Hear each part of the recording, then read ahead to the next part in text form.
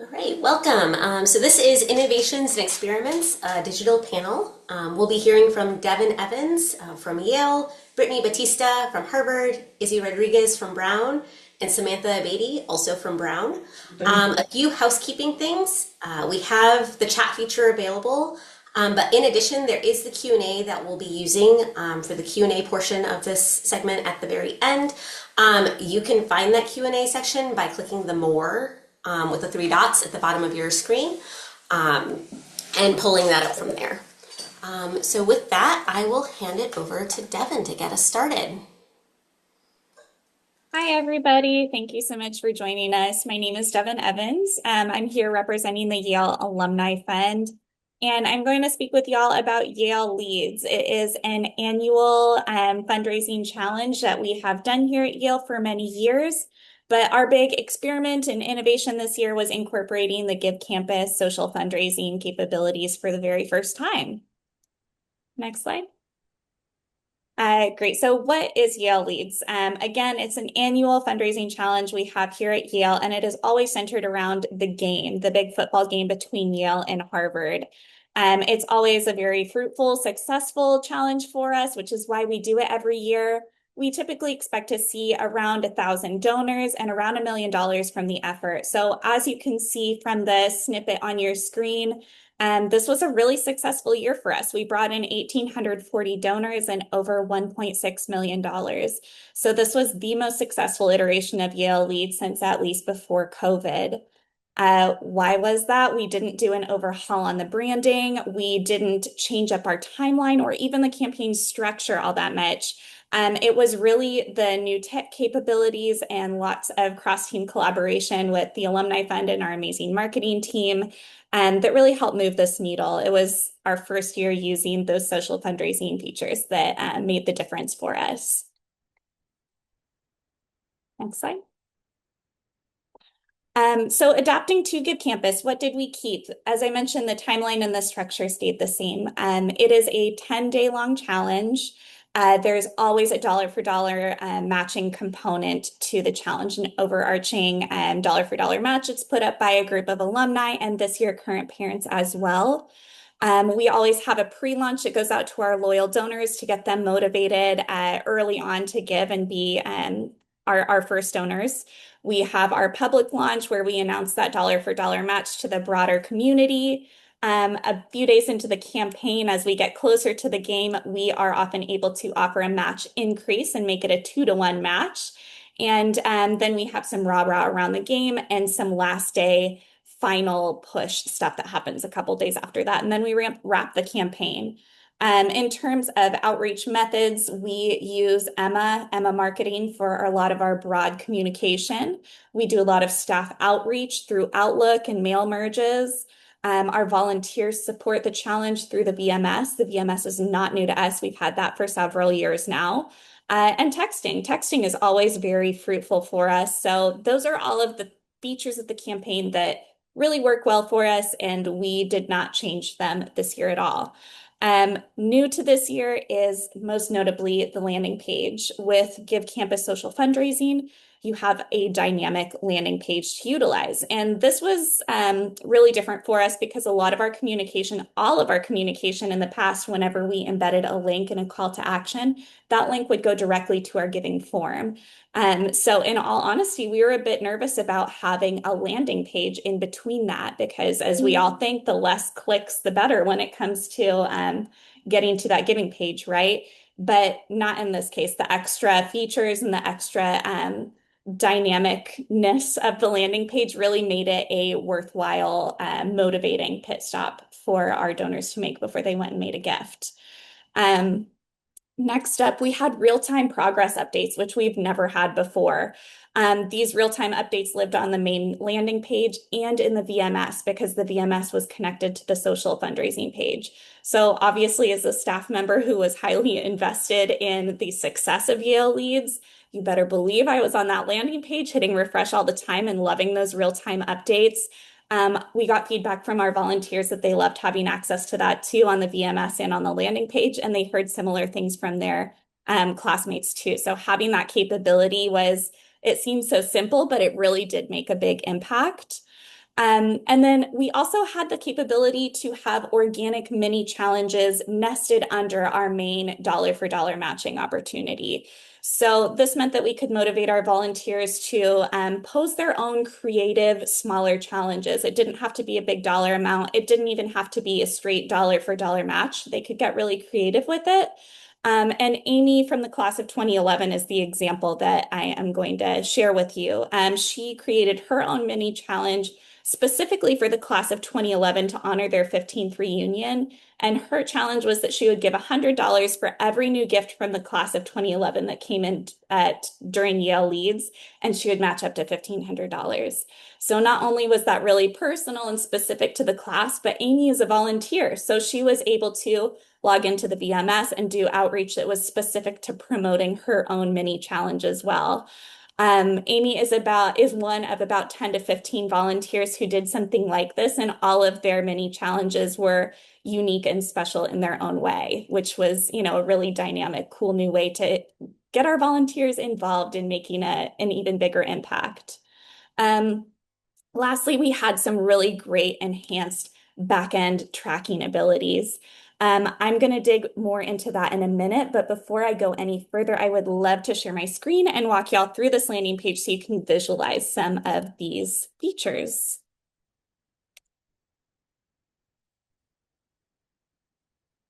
Okay, so here we are at our Yale Leads landing page. On the left-hand side, we had a 30-second video featuring a couple of students doing a rah-rah give to Yale Leads type of message. On the right-hand side, this is where our real-time progress update lived. Below this, where it says the campaign is now closed, this is where our Give Now button used to be when the campaign was active. Scrolling down a bit further, we had an About Yale Leads section, which was just a description of the challenge and an announcement of the dollar for dollar matching opportunity.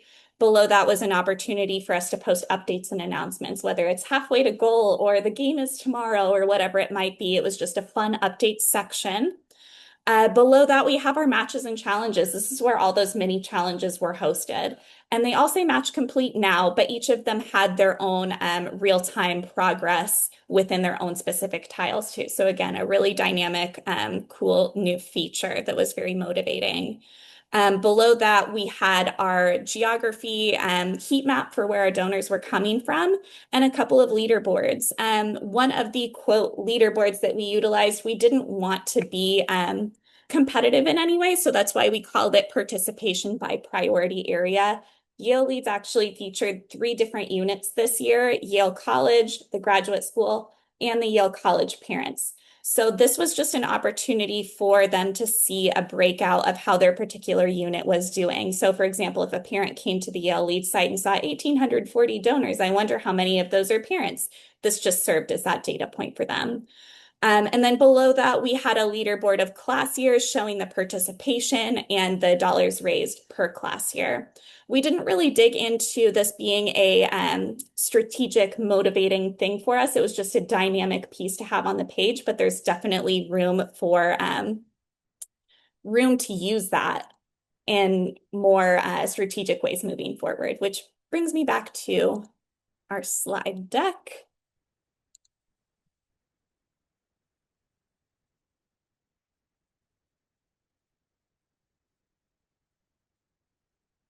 Great. So opportunities for the future. This was our best year to date, but there's so much we learned this go around and so much great data that we collected that it's really going to inform a lot of future iterations of this challenge. Unique tracking links are a big one, the UTLs. They really gave us a clear indication of what was performing well. We were able to make a unique tracking link for anything we wanted to. So we had a unique link for each of our Emma emails that went out, for our texting, we had an event on campus with a QR code posted in person. There was a unique tracking link for that.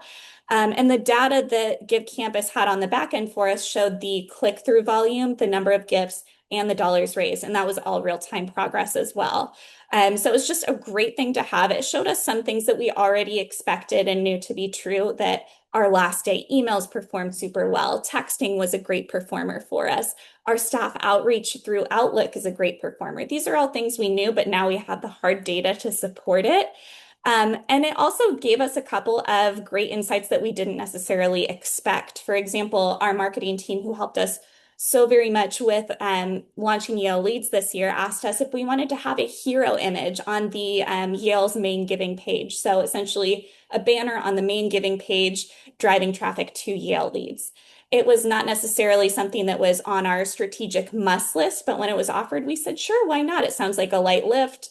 Why not try it out? Let's put a hero image up. We weren't expecting a ton from it, and it wasn't a top performer per se, but it generated a lot more than we expected. It generated 366 clicks, 21 gifts, and nearly $10,000. So for such a light, why not type of lift, this is going to be on our let's do it every year list, which we never would have clocked if it weren't for the unique tracking link data available. Um, Next, and in a similar vein, we had really great enhanced volunteer data because this spoke to the Give Campus VMS we already had. We got individual tracking information on each of our volunteers, click-throughs, number of gifts, and dollars raised.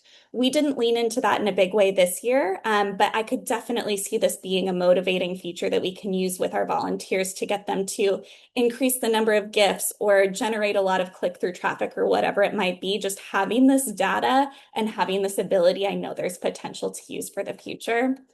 Next, the leaderboards and the geography heat maps. Again, those were kind of a nice dynamic thing to have on the site, but we didn't use them strategically this year. Next year, though, I'm seeing there's really a gold mine for possible friendly competition, especially and most notably on that US map. The states of California and New York were our highest participating states.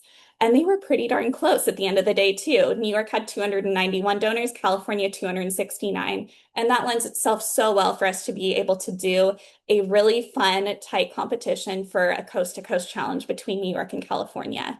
And this isn't necessarily a totally fresh idea to us. We have done geography challenges in the past, but we haven't done one in many years because in the past it was a really cumbersome heavy lift. We didn't have the tracking to support it. Sending out progress updates was cumbersome.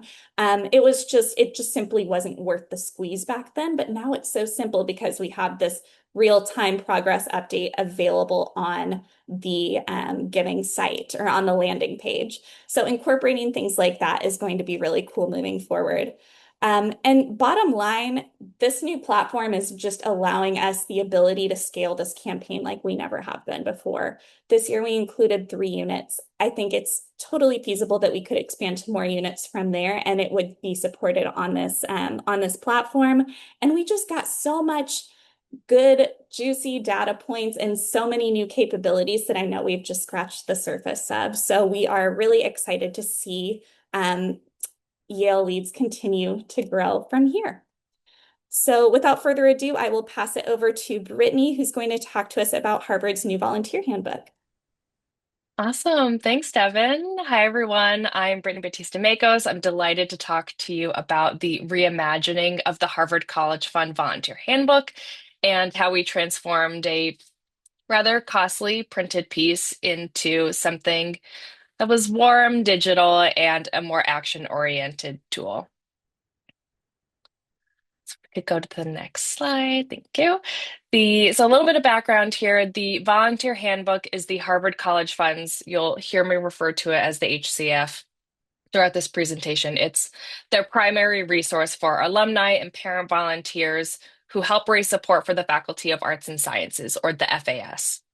The FAS encompasses Harvard's undergraduate and PhD programs and other major parts of the educational ecosystem like libraries, athletics, and more. For the last several years, the HCF has been working with Hadaway Communications, who is an external communications consultant, to better understand how Harvard College alumni and their engagement and volunteers how do we understand who they are, their personas, their motivations. They've been helping us figure that out. So we used their findings as an initial starting point and began this process with our own targeted listening sessions. Through conversations with staff, volunteer working group, some clear patterns emerged about what was not working. The most obvious is that it was too long and text heavy. You can see there on the example to the right, was pretty dense. It wasn't really a piece that was digestible for new volunteers, nor was it skimmable or easy to quick reference for our more seasoned volunteers.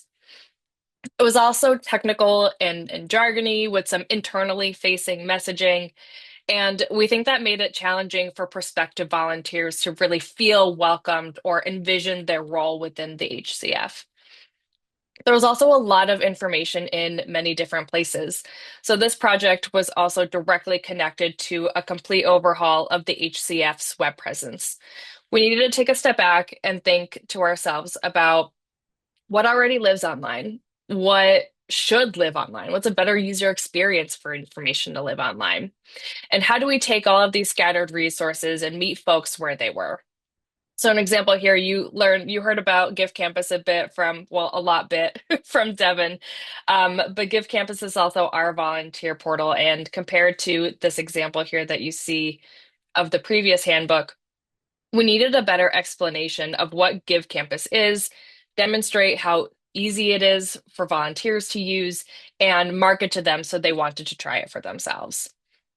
And lastly, we think we tried to get at frequently asked questions through some of our narrative and our content, but again, it didn't include the true details volunteers need most to make the case for Harvard. So we had to shift our thinking. In its simplest form, we approached this with an audience first mindset. So it's not just a cosmetic redesign. It was a complete change in how volunteers experience content and how staff learns from their engagement. It was a living product, not just something that we printed once and left on somebody's living room table. We wanted something that was designed for both screens and for paper. So a couple of our guiding principles. First, we wanted it to be approachable, especially for first-time volunteers and recent grads. We also wanted it to be very clear. How can we simplify the connection between the endowment and the HCF, for example? We wanted it to be accessible to use on different devices, mobile, tablet, computer, print, so that volunteers can engage with our content in their preferred way. We wanted to be interactive. How do we visually present information on our different fundraising priorities? What are volunteers actually clicking on? And by interactive, we also mean engaging and fun. So how do we delight our readers so that they actually want to look and reference the handbook? And lastly, we wanted it to be sustainable, something low cost and easily maintained if we need to pivot, something that was easy for us to print in-house with a new 8.5 by 11 size. There were also no external vendor costs added since we used our internal staff and our already existing tools. Okay, so I love a GIF and I love a drum roll. So now I am so excited to walk you through the handbook live. Okay, and here it is. Awesome. Okay. So the table of contents, this is our very first look at some of the interactive elements. So you'll see there was a subtle fly-in at the bottom there. There's many of those throughout the document so that we can better organize information and volunteers can explore the content at their own pace. We wanted to thank our volunteers with a message from Dara Wolkoff, the executive director of the Harvard College Fund. This is a photo of her, and she's in fact a real person, and she's even on this call. And it's also followed by a section of how the HCF supports student life and headshots of our leadership. So I want to go back to just calling out the headshots and the real people for a second. Our findings with Hadaway told us that our volunteers love our staff, and showing them the handbook helps humanize the Harvard College Fund and then making it more approachable. So again, that approachability is something we kept coming back to. We have a quick start. So we expanded our first steps and added it right to the beginning with some top action items. On this page, we have our core messaging from Hadaway, and there's a lot to convey here. So we have some layered layouts to support 3 different modes of engagement. You can skim with the colors and the high level callouts and the headers. You can scan it with the icons, and then you could take a deep dive. So if you use this little call out as a guide, you can see when I roll over each of these different sections, there's some movement, something's going to happen here. So if you want that full detail on demand about impact, here are some ways that you could talk about the HCF. Same with community, and they all change depending on what you're actually looking for. Continuing the work we did with Hadaway, this page gives volunteers a really quick reference for how we talk about the HCF. Emojis are giving us a tiny bit of color, so it's still easy to print at the office or on the road.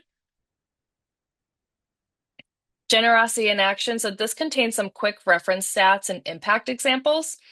So while this is a very interactive PDF, we also have a static version of the handbook. So each one of these different sections, you'll see when I click and hover over each of them, each one of these different priorities is a single page printout. So this way we let frontline officers and volunteers pull exactly what they need for any specific conversation. We have gifts of all sizes. So these are brand new, more tangible impact examples across a different range of gift sizes. This helps volunteers demonstrate how every single contribution and the collective impact supports students and faculty. This is one of my favorite ones. This was a little bit of a brainchild. So in the past, we talked about the endowment and the Harvard College Fund kind of as competing buckets, but especially in today's environment, we wanted to show that both of them are essential and make an impact in different ways. How they work together to support Harvard with this really memorable visual of the tree. So similar to other pages, we have a rollover. So you can go and click on the HCF and it changes in that art to the left if you want to learn more about it. But again, we wanted to just have the feeling of how they work together to make the Faculty of Arts and Sciences grow stronger every year. This is an FAQ with top questions that we get from our volunteers. The callouts on the side enable us to point to a longer FAQ that lives online. And we also have a pro tip at the bottom. It's just a friendly reminder that we're here to help. It's okay to not have all the answers. We've got your back. Going back to the concept of including photos of real people. So these are real photos of staff, including yours truly. All these photos of staff really help HCF volunteers feel like they can see themselves as part of it. It makes us feel approachable because that's what we are. We are staff. We are in the photos. We are in the events. And I think it really does help us make that connection. So the last few pages are pretty transactional, so I'll run through them quickly, but I do want to show the overview of Give Campus. So it's a lot different than before. You don't need a magnifying glass to see the screenshot of Give Campus, but this specifically shows just an overview of Give Campus, why we use it, but how it specifically can help volunteers in your outreach, like I mentioned earlier.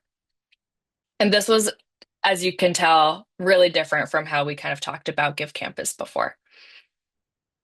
We have ways to give, celebrating our donors. I know this helps me in particular. It makes sense of all of the different types of giving societies that we have. And I don't know about you, but I love an alliteration. So that loyalty, leadership, and legacy helps me remember all of the different things that we can do to celebrate.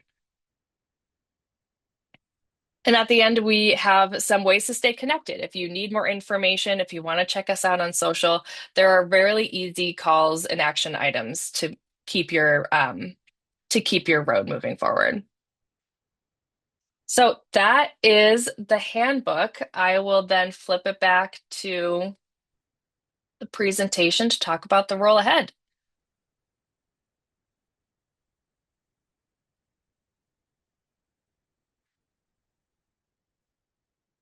Awesome. Thank you. So the Reimagined Handbook saves several $1,000s each year, and early results show how We have a really strong volunteer and staff enthusiasm, high engagement with key sections, and really how we're positioning the handbook as a central evolving resource for our various volunteers.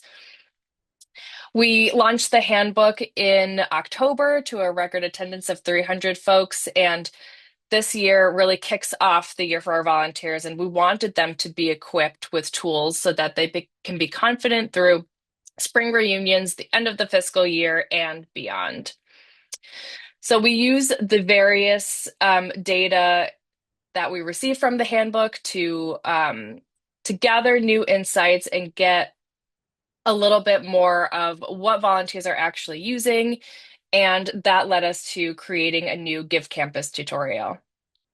And finally, this initiative really demonstrates how anyone can elevate standard volunteer materials by listening deeply to volunteers, by integrating design, messaging, and analytics together, and by committing to continuous improvement rather than one-off production. And it is a scalable model for rethinking your resources across different units in our schools. And in fact, the Harvard Alumni Association used it as a model for their strategic framework, going to about 18,000 alumni leaders. So that was very exciting. And we're also just excited for the future of this tool and for volunteering, especially as the HCF celebrates its 100th anniversary this year. So thank you all so much for your time, and I'm delighted to hand it back to pass it on to Izzy.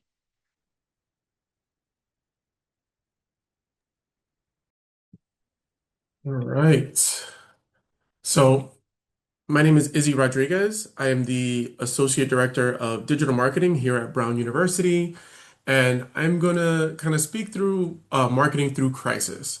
It's the sort of plan that uh, it's the sort of plan that you like to have, but you hope you really don't ever have to use or really ever have to implement, right? So we're going to go through just like a step-by-step uh, of how it is that we at Brown kind of work through thinking of how we're marketing through a crisis. But before we get into that, I think it's important to first define what is a crisis. So I have it defined today as a crisis is any internal or external event that jeopardizes the relationship between university and its key constituents, creating a disruption that threatens trust in the university and puts reputation, engagement, and philanthropy at risk. So there are a couple of very important elements to this, internal or external events, because a crisis really is about the things that are affecting our university, whether or not they're happening at our university. And I think that's one of the very important distinctions. In the case of Brown, I think it's rather public knowledge, the events of December 13th on our campus, which was the catalyst for this plan that was kind of put together, but it's not necessarily exclusive to just that sort of a crisis. It can be conflicts in the Middle East that are then presenting themselves as crisis on your campus. So it really does run the gambit. And there's probably a whole separate presentation that you can do based on just talking about the different types of crisis or sizes of crisis and so on and so forth. But as we're getting into this plan, let's get into the guiding principles of the plan. Community well-being precedes fundraising outcomes. So in these moments, it really is about just looking at the community and trying to think of the community in the long term. Empathy before urgency, making sure that you're aligned with university leadership, communications, and student support services. And this number 4 is kind of the main catalyst around a lot of this is donor trust is a long-term asset, not a short-term lever. I think it's very important that we're always mindful in any moment of crisis that uh, you don't want to come across as opportunistic. It isn't always the time to completely jump on that moment and try to capitalize on it. It really is about thinking of your constituents as people first and then kind of going on from there. So this plan does shape out into very distinct phases that we're going to get into, and they kind of break up into 5 phases. Now, usually, whenever we're thinking of crisis communication, we immediately think of number 1, and then we think of number 4, which is the gradual return to broad-based fundraising. But we don't always think about the path from number one to four, and then the path from number four and beyond. So that was kind of one of the things that did shape up this plan as we were just figuring out how do we come back to what we would call normal or reaching our new normal in that sense. So phase one of this operation, immediate pause and alignment. So it isn't just about stopping all of your solicitations and all of that outbound communicating that's going on, but you're also wanting to do that with purpose. So first, you're suspending all scheduled solicitations, automated emails. You're stopping any direct mail that might be going out that hasn't already dropped. You're putting a full stop to all of that. And the main reason for that is you want to, A, be able to integrate your leadership with what's going on at the university level so that there is this kind of united voice. But then you also want to create a very intentional opportunity for advancement staff to just listen and not necessarily be asking anything of your constituents. So in that process, your you have talking points with anyone who's outward facing as far as your frontline fundraisers. So everyone's on the same page as far as what is the key messaging. And you're at that point just listening to get the sentiment and get an understanding of how is the community feeling about what's happening? How can we best begin to restructure our plan from there? So as we're moving on from the pause and the alignment, we then go into the first of our outbound kind of communicating, which is a non-solicitation engagement piece.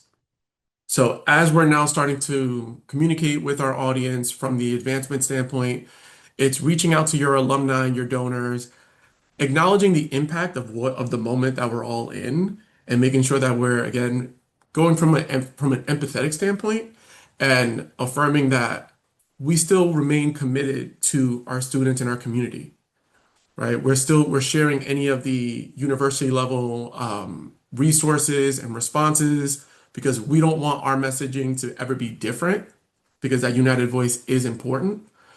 Where we're thanking them for their past support, and we're explicitly stating that this is not a fundraising ask at this moment.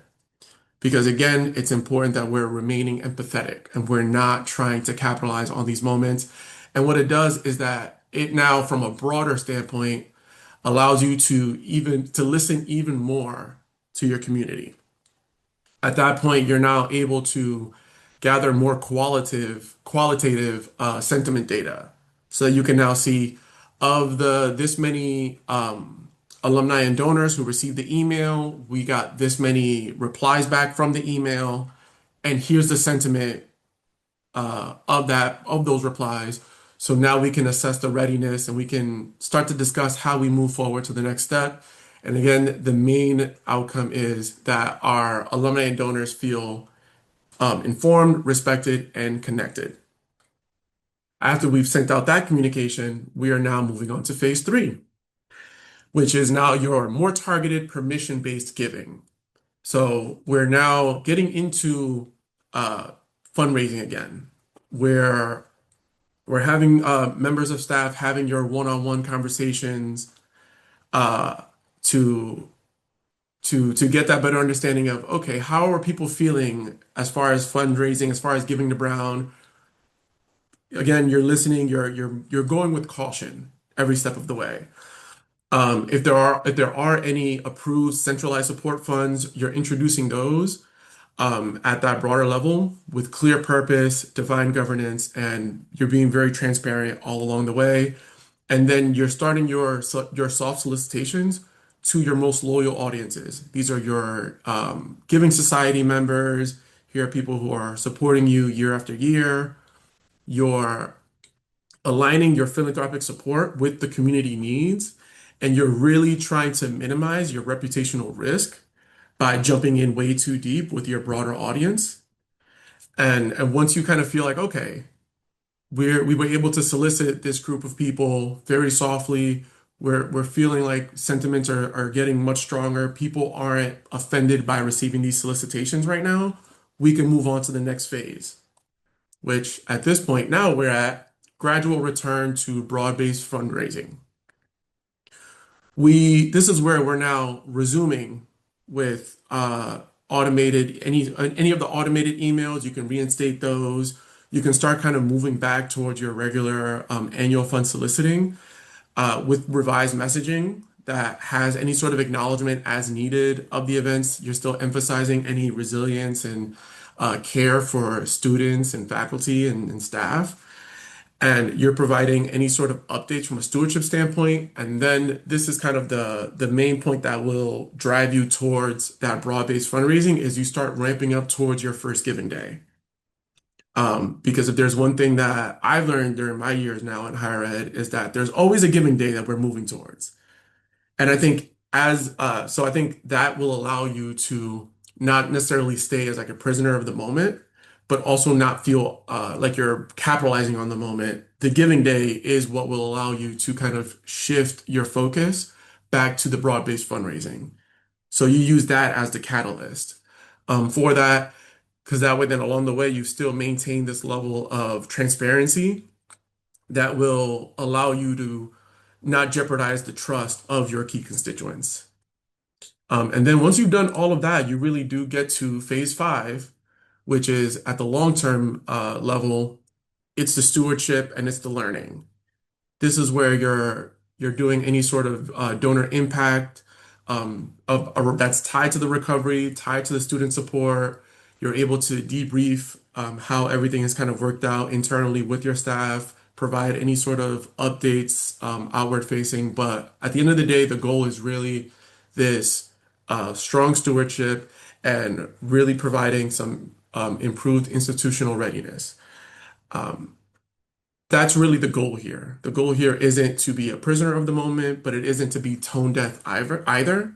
It really is being empathetic and getting you all the way up to the point where you can get to what the new normal is and be able to move forward in a way that does not alienate your community. And that's our plan.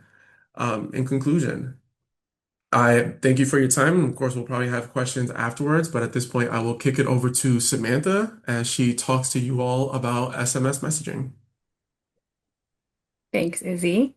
Um, Good afternoon, everyone. My name is Samantha Abate. I am the Assistant Director of Digital Marketing on the Advanced Marketing team at Brown. So work pretty closely side by side with Izzy. We're somewhat of a dynamic duo in the digital marketing space. And I'm going to be talking about sender voice in SMS. We manage a texting program on the marketing team through a platform called Hustle, where we use that to steward, engage, and solicit on behalf of our partners across advancement. So I'm going to be talking about this kind of high-level analysis we did over the last fiscal year to see who audiences respond to better. So getting into the first slide, SMS is by far our most personal channel. We're talking really about one agent connecting with one constituent one-to-one, reaching them basically at the personal level, like right in their pocket or in their hand. So it's really a direct line to these constituents. And one key factor can really change your engagement overall, which is who is this message coming from?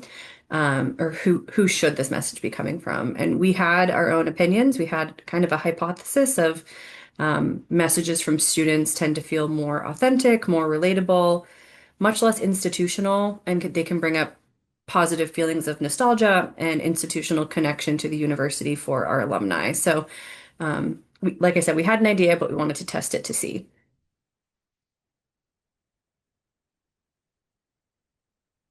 So we ran A/B tests across testing sender voice across various campaigns. We also looked back at historical data to compare some key metrics. Throughout this test, just to give some background, for the last 5 or so years, our SMS fundraising program has been almost entirely staff run. And when I say staff run, I mean that basically every message, every send, every tone choice was coming from staff who are people who care deeply about the university, but aren't, living the student experience in real time. We would occasionally bring in a student into the process, usually in a more limited or supportive role, but they weren't able to shape the conversation in a meaningful way. Their voice, if and when it appeared at all, was filtered through staff interpretation. It didn't always sound like a person talking to another person, and it sounded more like an institution trying to sound like a student, which can be sniffed out relatively quickly. So over time, we started to see some cracks in this approach. Engagement was consistently lower than we had targeted. Opt-out rates were astronomically high, much higher than we wanted. And there was this kind of growing sense that people were simply tuning our messages out. So as we've expanded our student programming over the last year or so, more broadly, we started to kind of rethink that entire model. And instead of treating students as occasional contributors, we began intentionally integrating them into our donor outreach, especially in SMS. So we shifted our approach on several of our largest efforts, including our Fall Giving Day, I Heart Brown Day, some of our like end of year campaigns. We also looked back at historical data of similar or identical campaigns that had been historically voiced by staff. We measured two key metrics across these campaigns, which were opt-out rate and engagement rate, just to give us kind of a high level answer to what was performing better. So on the slide here, included just like a sample of what we were working with. This is an example of a staff voiced message and the types of replies we would receive that kind of prompted us to rethink our approach. So, very institutional. This is Samantha F. Brown. There's just a few days left to make your gift. Would you like a secure mobile friendly link? And so on. We'd get a lot of, please stop this. This is annoying. I don't want to hear from you. Um, and that's really significant because it's not like you're just receiving a no on the effort that you're working on, but once you've lost text consent, you've now lost any chance at making it a yes in the future. So at least through SMS. So our strategy shift was really about protecting and preserving our audience in the immediate, but even more importantly, in the long term. The result, student voice outperformed staff by far. It kind of proved our hypothesis to an extent. Why this works, like we said, it feels more peer-to-peer, not institutional, more authentic and conversational. It matches how people actually interact as humans, and there's definitely a lower perceived pressure on the constituents' end to give when they think it's more of a conversation and a connection to the university. So staff campaigns, we had a relatively low, not horrible, but relatively low engagement rate of 4.5%, which again, maybe doesn't sound horrible, but it doesn't factor in a lot of those messages where people being like, leave me alone. I don't want to hear from you. Um, and then we had a crazy high opt-out rate at 8.3, which is really where we were seeing that pain point of wanting to bring that down. We saw in student campaigns, the engagement rate go up to 5.3%, and the opt-out rate significantly dropped to 3.2, which was a fantastic shift. And this is because SMS is really behaving like a conversation and not a broadcast. We're getting not just more replies, but creating a place for meaningful conversations between our alumni and students, where they're making connections that are benefiting both our students and our ongoing relationship with our donors as a unit. Not only are students helping shape and sometimes even run the sends themselves, but the messaging is really starting to reflect real student presence. We're beginning to include introductions from students by name, class year, and lived experience. So an example of this would be instead of that generic institutional voice, like, hi, this is so-and-so, I'm a sophomore at Brown studying engineering, for example. And that small change is doing a lot of heavy lifting. It's introducing credibility and authenticity right off the bat. That's kind of hard to manufacture from a staff-only perspective. And what we started seeing is not just better performance, as you can see, but a totally different emotional response from recipients, way less fatigue, more responsiveness, and a much clearer sense that they're talking to a real person and not just an institution that's broadcasting into the void. I wish I could post the entire screenshot of this interaction, but I just included a little snippet so you could see. This is from an interaction with one of our student interns, Tita, who was helping with a solicitation, and where we would typically, you'd hear us saying like, thank you so much for your gift. Have a wonderful day. Like that kind of robotic mass reply. Tita's like, yay, thank you so much for your reply. And it's just much more human and much more engaging. So the takeaways, sender voice can really be a performance lever and student voice consistently beats staff. This is true across digital marketing, but SMS in particular, authenticity will beat authority every time. And there are some really simple ways that you can implement this in your own programs. Use real student identities. Like I said, it can be sniffed out very easily if you're kind of faking it or, using staff to present as a student.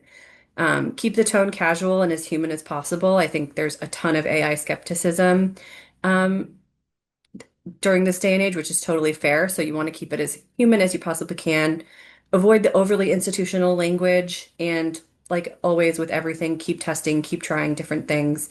We're in the early stages of planning a separate test to see how volunteer alumni or alumni volunteer voice performs in comparison to students and staff as well. So always looking for new ways to frame, new ways to reach audiences and see how they perform. So I know we'll have questions at the end, but I'm happy to always chat through after this, different ways that you can test this. And I'd love to hear if you do your own tests, how they do. That is it. I will pass it back to Stephanie. Exactly. Thanks, everyone.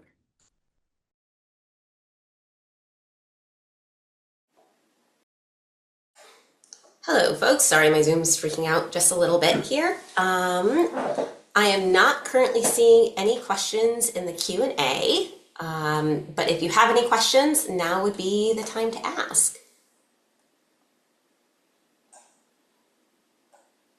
There looks like there's one in the chat.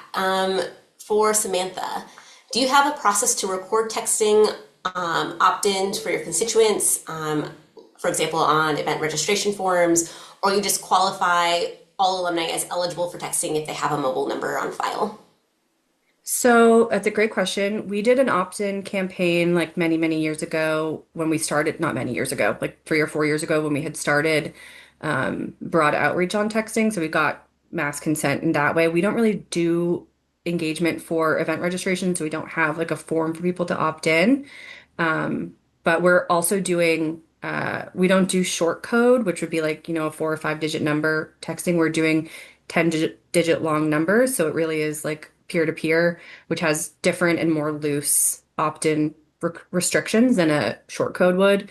Um, so kind of not really an answer, but we don't have like a process for opting people in. We just have the platform which has our opted in constituents in it, if that makes sense.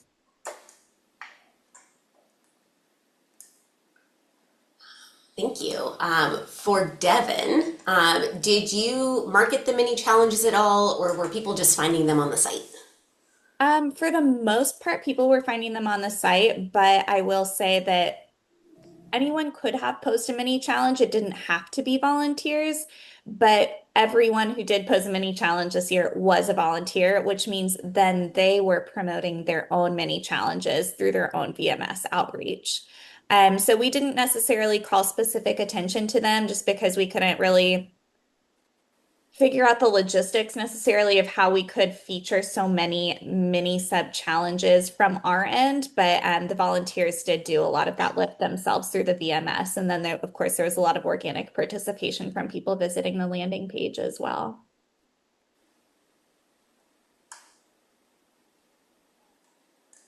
Wonderful. Give folks a second here. Does anyone else have any questions?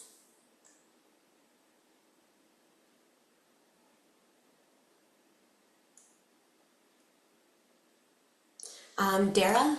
Sorry if I mispronounced that. Yes, that was perfect. Thank you all for your presentations. Samantha, I'm coming back to follow on to the question about the mass opt-in. Did that go, was it clear that you were asking people to opt in to messages from the development office, or was it a university-wide campaign about this mode of communication? We communicate from the position of advancement. So this campaign was actually before I worked at Brown, but I believe it was, we're reaching out from the advancement office or with the annual fund to contact you about annual giving. Great, thank you. I believe centralized comms has their own way to reach out via text, but this is just for advancement. Thank you.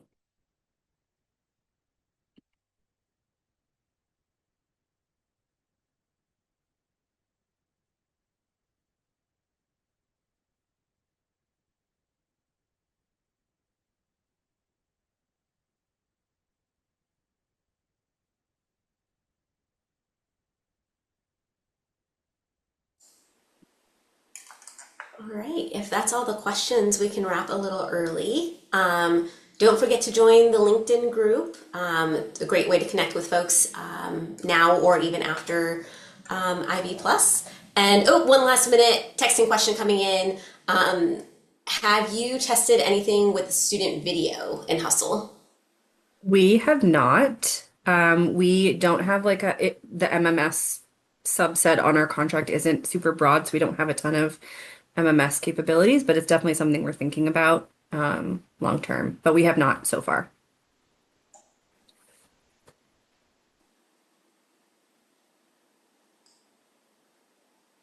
Wonderful. So like I was saying, don't forget to join the LinkedIn group. If you have any other questions, you should be able to find our speakers there. Enjoy the rest of your IB Plus.